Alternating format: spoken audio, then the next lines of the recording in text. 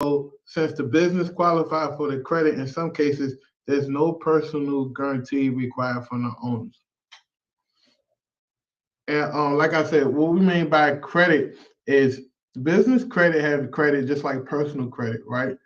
They use a bunch of different platforms. They use Equifax.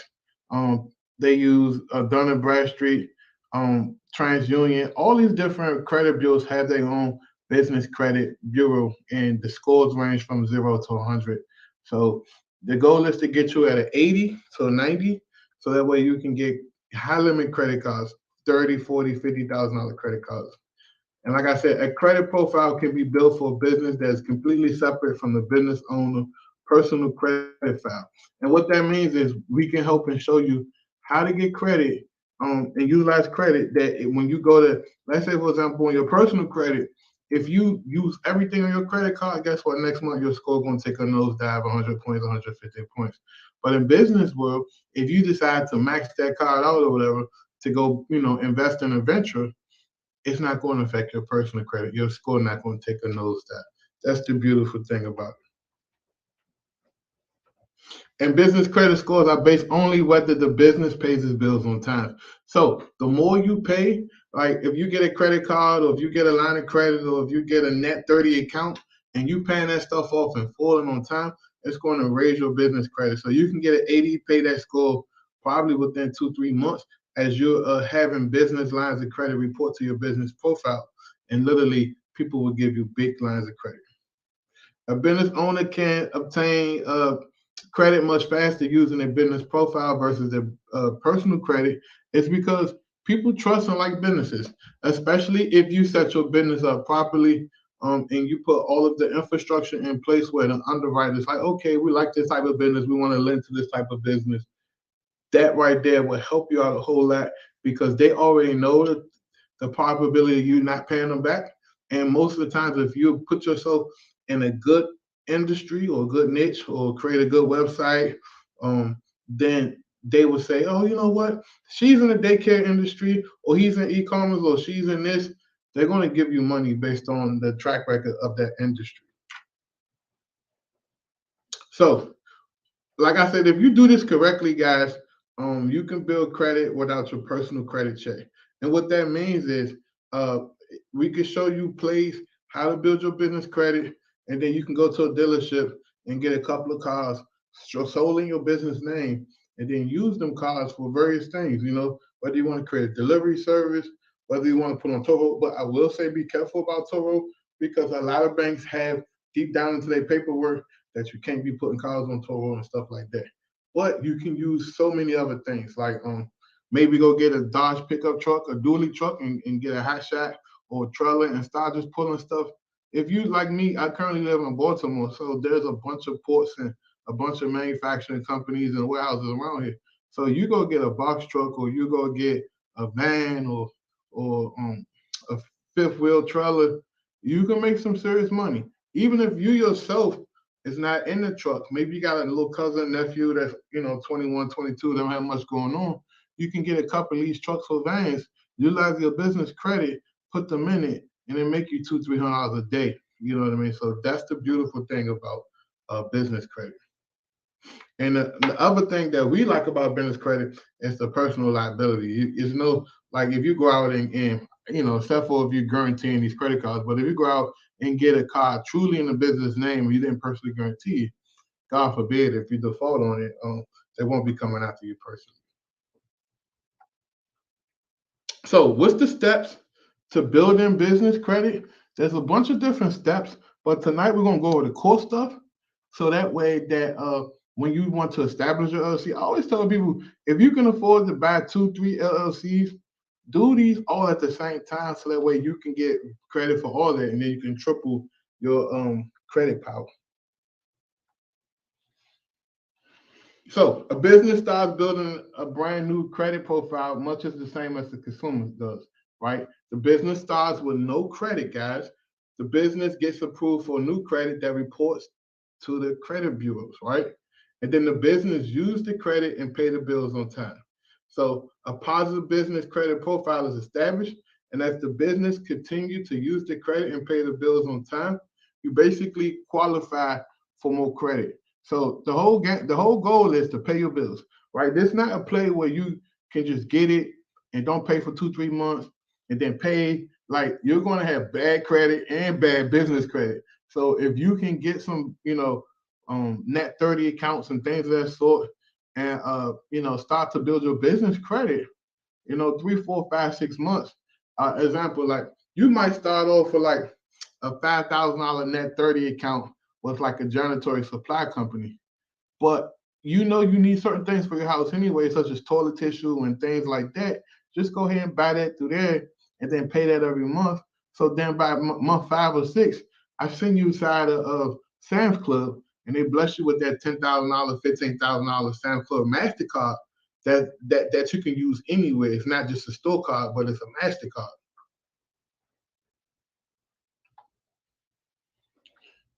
So the perception lenders, vendors, and credits have your business is a critical ability and build strong business credit. And basically, they want to see certain things set up, right? They don't want you, applying for business credit using a Gmail address, right? They don't want you applying for business credit using your house address. So you want to have certain things set up so that way you can have credibility to these lenders and these vendors to be able to get credit. And you want to make sure that you got everything. You don't want to just do one or two and then say, I do the rest and I get paid next week. You want to set this up right. And if you set this up right, everything will work out for you. But the most important thing, guys, no matter how long you've been in business, go back and check all your paperwork and make sure that you're using your exact business name. So if it's spelled a certain way, if the E come before the I and you meant to put the I before the E, just leave it like that. Whatever the Secretary of State has on file, make sure that you leave it like that, because that's very important, right? And then your full name should include any recorded DBA. So maybe it's Antoine Campbell Enterprise doing business as, Popsicle Land, something like that. I don't know. So make sure that stuff is on your paperwork, on your bank account statements. So when you open up a bank account, and we're gonna get into this next week, talking about bank accounts and fintech and all of that.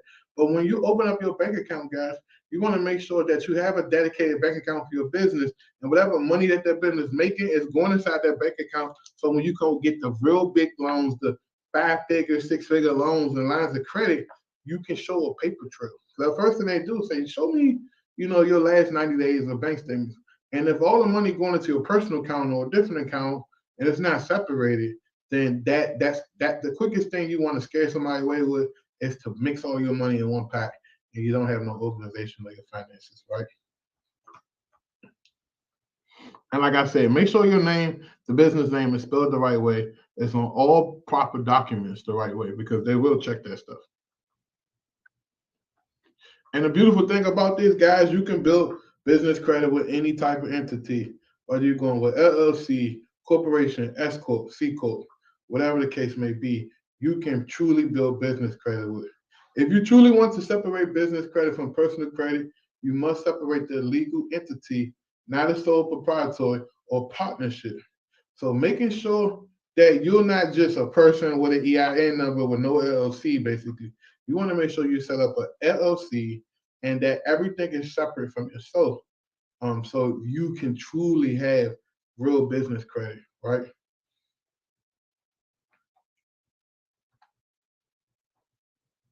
And guess what? Whether you have employees or not, you must have an EIN number, because that's the secret sauce right there. That EIN number acts as a person or a social security number. So I remember when I first got started in business, and, I shouldn't be telling y'all this. I came across like, oh shit, I can go to T-Mobile. So I kept getting these EIN numbers and going to T-Mobile, grabbing iPhones and doing my thing. But the point I'm making, once I realized that, people take the business stuff and go negative first.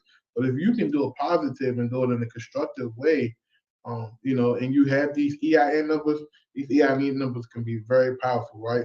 Because the EIN number can act as a person, right? You go with a bank account, you can go get phones, get them, electric bills, shit, cars. You can take the EIN number and go to the DMV and put your cars and your company name without it being your personal name.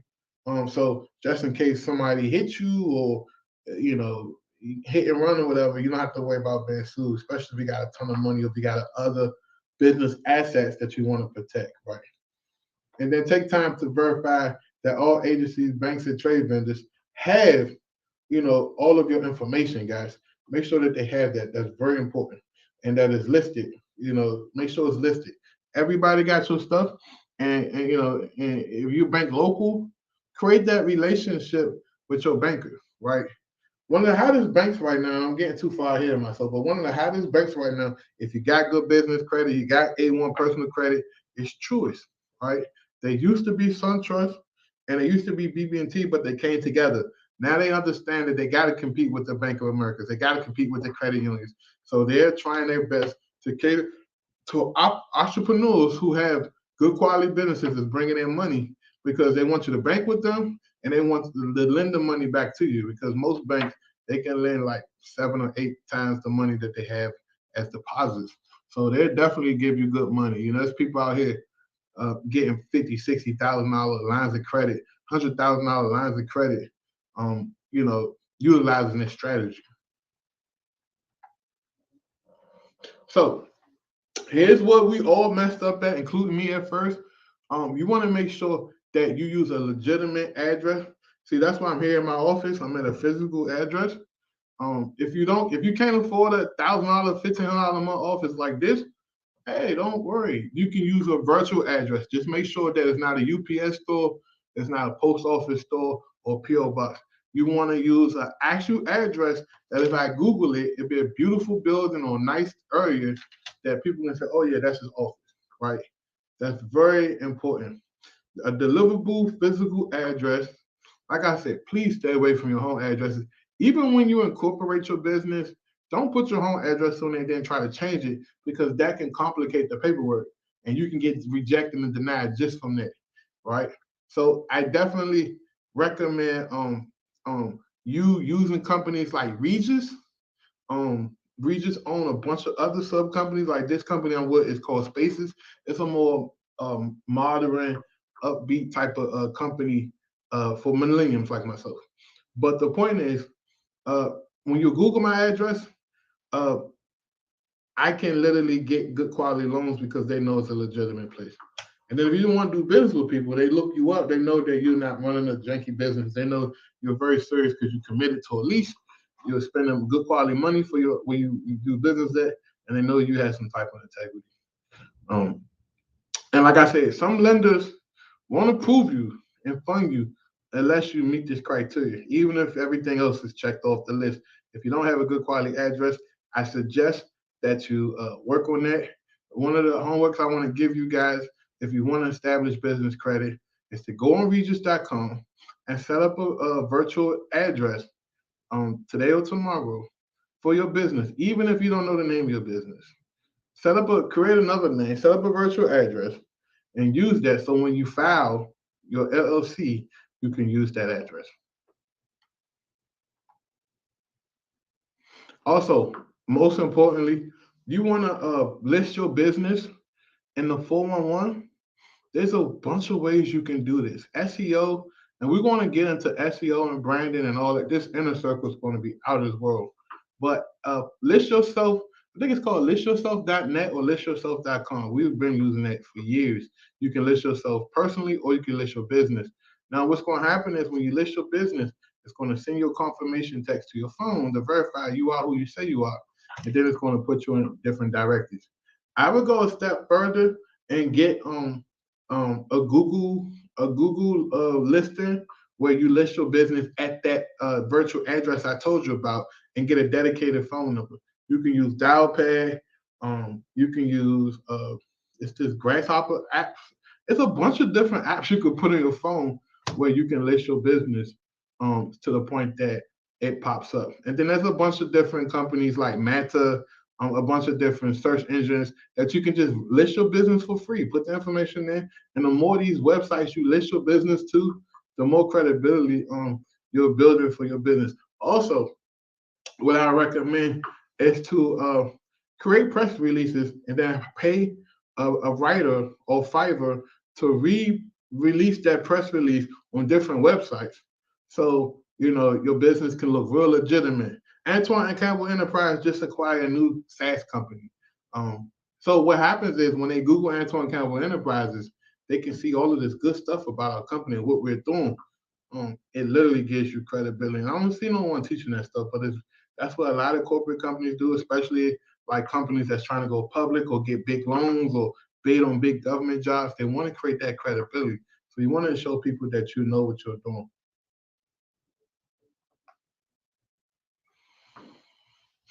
Like I said, making sure you use a legitimate phone number.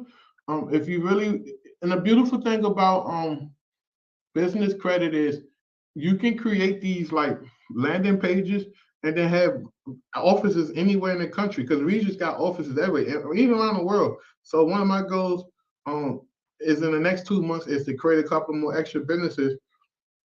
Excuse me. And then on the website, it says we have offices in Florida, Baltimore, and probably somewhere. I don't know, no, not somewhere in the Midwest, right?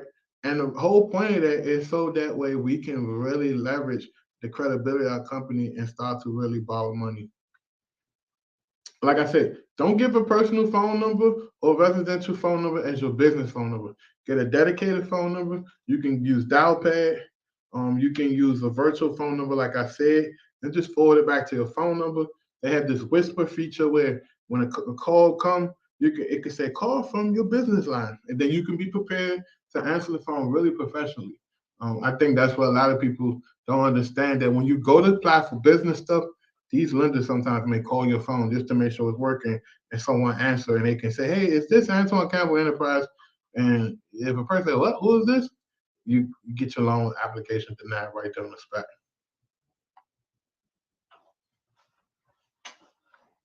Like I said, these folks, these credit people have underwriting teams and softwares and AIs that'll go research your company. So make sure if there is two Antoine Campbell Enterprises, you put your actual phone number, all of your information, your website URL, you keep putting that everywhere as much as possible. Create a LinkedIn page. I think everyone should have a LinkedIn page. Everyone should have a YouTube page.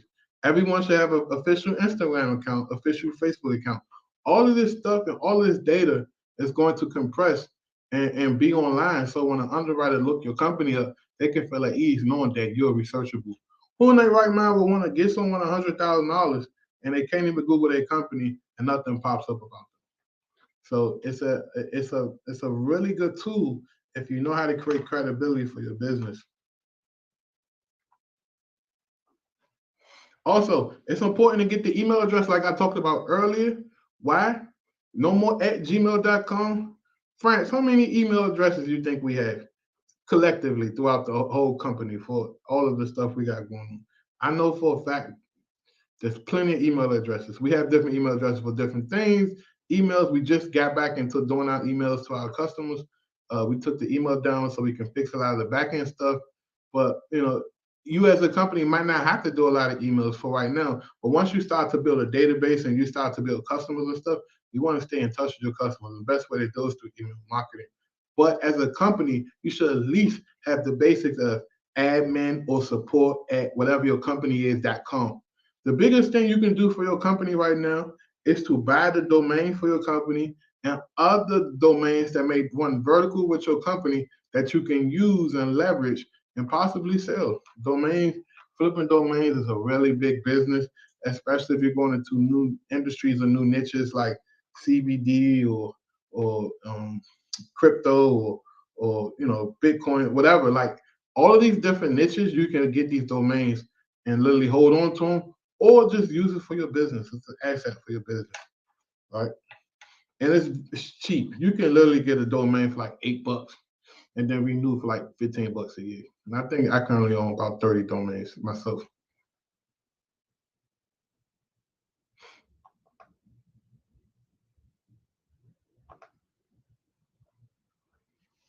Like I said, stay away from it at yahoo.com, stay away from it at gmail.com. Now you can use that personally just for yourself to send little transactional emails to maybe your customers or somebody. But when it comes to official business, and doing official business such as working with your banks, your lenders, general public, you want to have an official company email address, and you want to look good and sound good.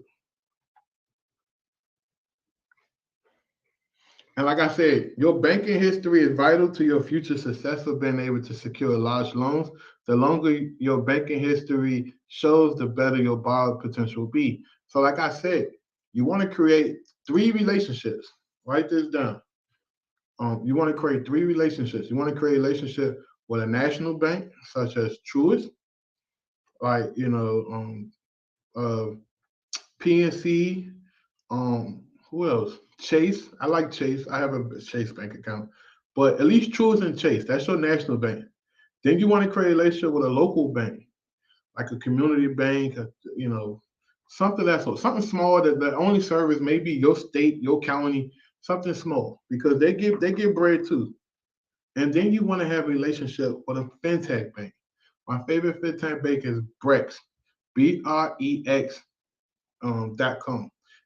If you want to sign up for Brex, I send you my affiliate code, and they give you $250 once you spend your first.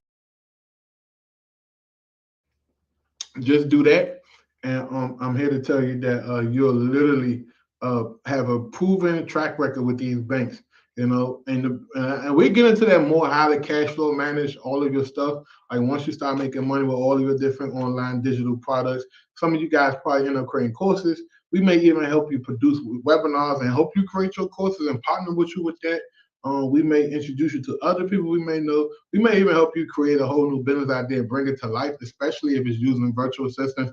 We really have that part of the business on lock, so we can supply you with the quality VAs and partner with you. So there's a whole bunch of stuff that we have in store for you. So just make sure that you have a couple of banks that you're using. They have your current EIN on file. They have your business address, all of that good stuff. So when it's time to go start to get the real money from them, they can look at you and say, yeah, Antoine, they put at least 10,000 a month in this bank.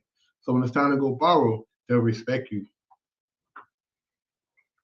And one of the most common mistakes people make when building credit for their company is non-matching business addresses, especially like on your different licenses, or like for us, we got tax exempt.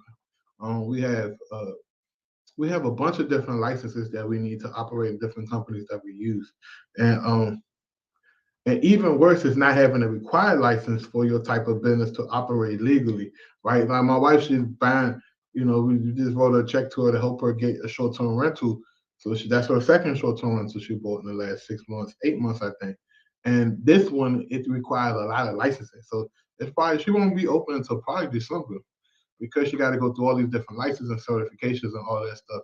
And a lot of the government officials, especially the state and the county, they make it hard to get these licenses and these permits to operate your business. So making sure that whatever business you want to get into, maybe you want to start a nursing home, maybe you want to start a mobile spa, like make sure you have the licenses and the certifications, because banks won't even lend you money if you're not properly certified, accredited, or whatever it takes to be able to sufficiently run your business. They won't give you money. And like I said, state business filings is listed correctly. The county listing and permit filings listed correctly, and the state license or permit filings listed correctly, and whatever IRS filings. And we'll get into that. I got this awesome guy that's gonna come in and teach you entity structure. He's gonna teach you, all of this tax advantage stuff. I'm not gonna get into that, but he's gonna teach you probably mid-November. He's gonna come in and teach you. So keep coming on these calls as we start to let more and more people on these calls. We let a few people on this call tonight because we definitely want to make sure that the software and the technology is working properly.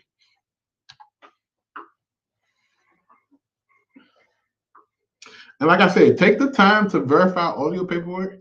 Make sure all your paperwork right with all of the main government people, whether it's the state, it's the IRS, it's your bank, the 401 directory. Like I said, you want to have your company all up in the 401 directory. Most people don't want their company out there, don't want people to know about their company. I'm a type of person, the more you build on your company, the more Googleable, I don't even know if that's a word, your company is, the better off you are being able to obtain these big lines of credit when it's time to do that. And then also take time to ensure every bill you get, power bill, phone bill, landlord, whoever the case may be, has your business name listed correctly and comes to the actual business address that you're saying that you're doing business at. Also, obtaining a Dun Bradstreet number, it begins the process of building your credit profile. Your Dun's number will also play an important role to borrow without a personal guarantor. Now, I want to caution you, you can get your Dun's number for free, but they will try to make it seem like you got to pay for it, and then they'll try to get you on this call and charge you $600 for no reason.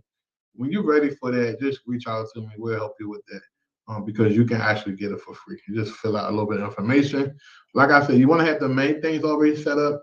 You want to have your business official address, your business incorporated, your EIN number, all the basic stuff. So when they ask you that on the paper, you can just breeze right through it and don't have to struggle.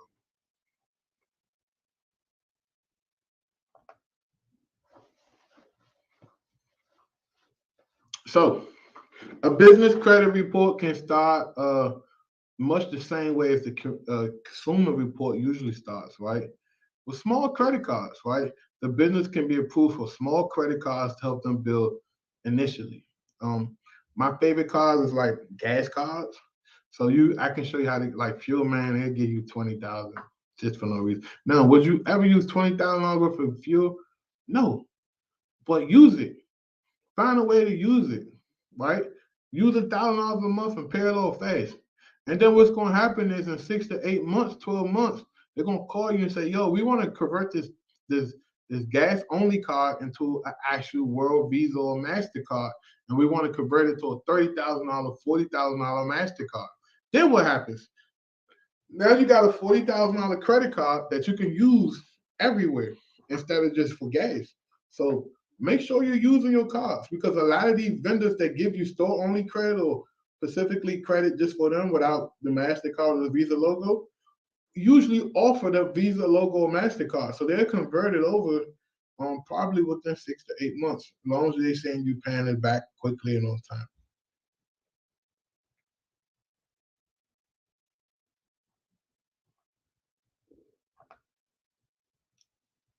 Also, a vendor line of credit is when a company or vendor basically gives you credit to your business. They extend it to you. And it's usually in net terms, which means that it's due after a certain date that you got the goods from them. Sometimes 15 days, 30 days, 60 days, 90-day terms. Shit, even up to 120 days, I've seen. And this means that you can purchase their products or service up to the maximum dollar amount, and you have that 15, 30, 60, 90 days to pay that back in full. You want to pay it back in full, not in pieces, because they report that. Every time you buy something and then you pay it off, they report that to the credit bureaus, and that helps boost up your payback score. It helps boost up your payback score.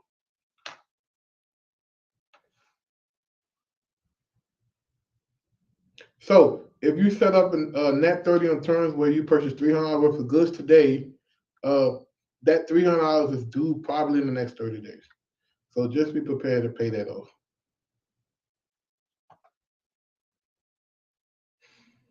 You can get products and services for your business and defer payments for those 30 days, therefore easing your cash flow. The whole concept of this, especially companies who truly need supplies and materials, is to hold on to as much cash as possible, and that helps you manage your cash flow, right? So your business won't be in a strain for cash. And then some vendors will approve your company for net 30 terms upon verification with as little as your EIN number and the 411 listing. They won't even go check all of this other stuff. And most vendors, they say, okay, I'll give you $5,000. Like if you're into home flipping, I can show you how to go to multiple different suppliers and get lines of credit, right? Or net 30s or net 60s, and they'll give you $10,000 a net 60, and you can go buy the wood you need, the cement you need, or the towel or whatever, the toilets, whatever you need to get your houses done and fixed up if you're into flipping houses. Always make sure that you're applying without your social security number. If you go online and apply for something that's actually for your social security number, I definitely will caution because that's going to attach that credit that will be extended to you to your personal credit. So if you default on or pay it late or whatever, they're going to report that to your personal credit. But some vendors, they will request it and even tell you on the phone that they have to. But first try to submit it without it.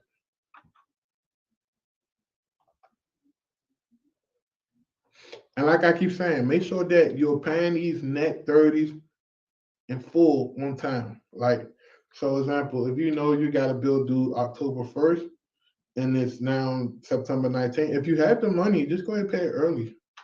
And then set an alarm or set a reminder to have your bills paid. If you have the money sitting in your account, you can set up auto pay.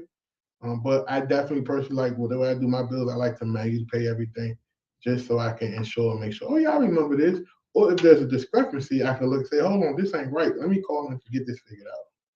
So remember this, when you finally get your credit issued to you, let's say for example, you get a net 30 account and they say, yeah, we give you $10,000, blah, blah, blah.